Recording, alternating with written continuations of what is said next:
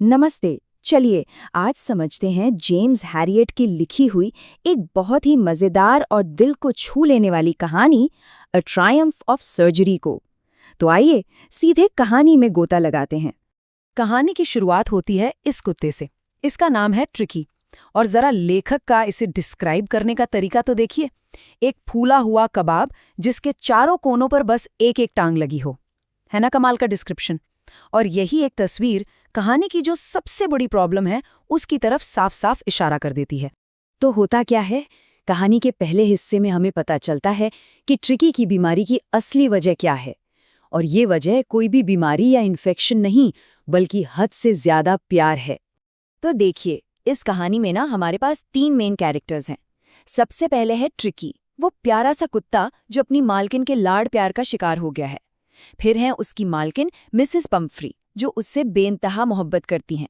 और तीसरे हैं मिस्टर हैरियट, जो हमारे नरेटर भी हैं और एक वेट भी, जो एक ही नज़र में पूरी सिचुएशन समझ जाते हैं। अब ये स्लाइड देखिए, यही तो कहानी का पूरा निचोड़ है। एक तरफ है मिसेस पम्फ्री, जिनको लगता है कि उनका कुत्ता बेचारा कुपोषण से, कमजोरी से जूझ रहा है। वो सोचती हैं कि अगर उसे थोड़ा और खिलाएंगी तो वो ठीक हो जाएगा। और दूसरी तरफ है हमारे वेट मिस्टर हैरियट, जो साफ साफ देख सकते हैं कि असली प्रॉब्लम तो ओवरफीडिंग और एक्सरसाइज की कमी है। यहाँ यही देखने वाली बात है कि कैसे कभी कभी हमारा प्यार और हमारी चिंता हमारी आंखों पर पर्दा डाल देती है। और बस ये एक लाइन मिसेस पम्फ्री के बारे में सब कुछ बता देती है। उन्हें पता है कि ये सब खिलाना शायद ठीक नहीं है, लेकिन वो ट्रिकी से इतना प्यार करती हैं कि वो उसे ना कह ही नहीं पाती। उनका यही प्यार उनकी सबसे बड़ी कमजोरी बन जाता है, और यही ट्रिकी के लिए जानलेवा साबित हो रहा था। तो अब आता है कहानी में टर्निंग पॉइंट। मिस्टर हैरियट एक ऐसा सॉल्यूशन देते हैं जो मिसेस पम्फ्री के लिए, अरे बापरे, एक झटके जैसा था। मिस्टर हैरियट का प्लान एकदम साफ और लॉजिकल था। देखिए, उन्हें पता था कि जब तक ट्रिकी उसी एनवायरनमेंट में रहेगा जहां उसे इतना लाड़ प्यार मिल रहा है, वो कभी ठीक नहीं हो पाएगा। उसे उस प्यार भरे लेकिन नुकसान पहुंचाने वाले माहौल से बाहर निकालना, बस यही एक रास्ता बचा था। और मजे की बात देखिए, उनकी सर्जरी असल में क्या थी? कोई ऑपरेशन नहीं, कोई चीरफाड़ नहीं, कोई महंगी दवाइयां नहीं, बस कुछ सिंपल से नियम। 2 दिन तक खाना बंद, सिर्फ पानी। और उसे दूसरे कुत्तों के साथ छोड़ दिया गया ताकि वो भागे दौड़े, खेले कूदे। ये असल में कॉमन सेंस और नेचर पर आधारित एक इलाज था, जिसे कहानी में मजाक में सर्जरी कहा गया है। और ये सुनते ही मिसेस पम्फ्री का क्या हाल हुआ होगा सोचिए। वो तो लगभग बेहोश ही हो गई। उनको लगा बस अब उनका लाडला कुत्ता उनके बिना रह ही नहीं पाएगा, तड़पेगा और शायद मर ही जाएगा। उनका ये डर दिखाता है कि वो उससे कितना ज्यादा अटैच्ड थी। तो चलिए अब देखते हैं कि मिस्टर हैरियट के क्लिनिक में क्या माहौल बनता है, ट्रिकी के साथ क्या होता है और कैसे ये सब स्टाफ के लिए एक मजेदार दौर बन जाता है।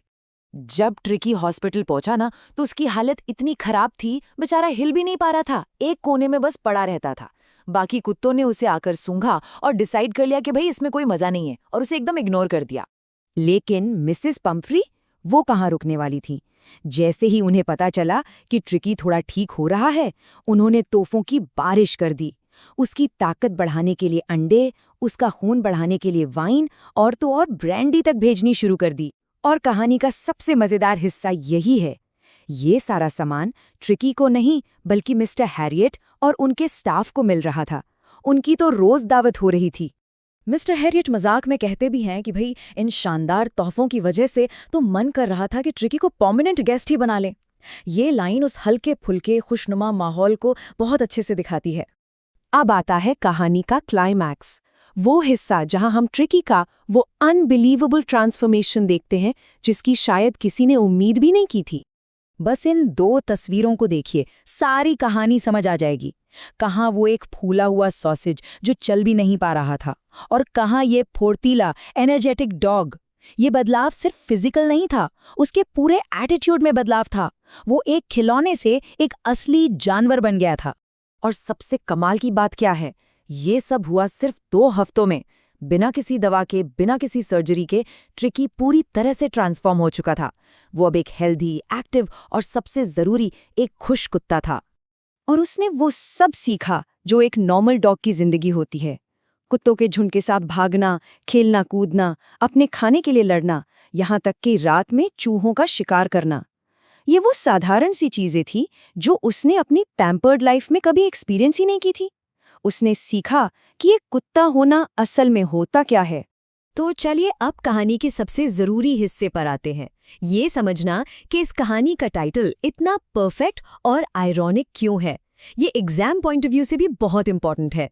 15 दिन बाद जब मिसेस पम्फ्री ट्रिकी को लेने आती हैं, वो तो उसे देखकर चौंक जाती हैं, पहचान ही नहीं पाती, और ट्रिकी एक रॉकेट की तरह दौड़कर उनकी गोद में चढ़ जाता है।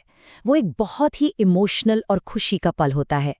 यहाँ पर ना राइटर ने एक बहुत ही क्लेवर टेक्निक इस्तेमाल की है, जिसे कहते हैं ड्रामेटिक आयरनी। इसका मतलब ये होता है कि हम जो कहानी पढ़ रहे हैं, हमें सच पता है, हमें पता है कि ट्रिकी का इलाज कैसे हुआ, पर कहानी की कैरेक्टर मिसेस पम्फ्री इस सच्चाई से बिल्कुल अनजान है।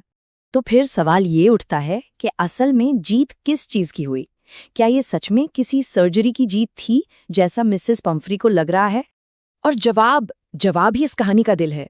असली जीत किसी ऑपरेशन की नहीं, बल्कि मिस्टर हैरियट के कॉमन सेंस की थी, उनकी डिसिप्लिन की थी। ये अंधे लाड़ प्यार पर समझदारी की जीत थी। और कहानी खत्म होती है इस एक शानदार और आयरॉनिक लाइन पर। मिसेस पम्फ्री अपनी मासूमियत में कहती हैं, ओ मिस्टर हैरियट, ये तो सर्जरी की जीत है। सोचिए, उन्हें लगता है ये किसी बड़े मेडिकल ऑपरेशन का कमाल है, जबकि हम जानते हैं कि सच्चाई तो कुछ और ही है। यही इस कहानी की खूबसूरती है।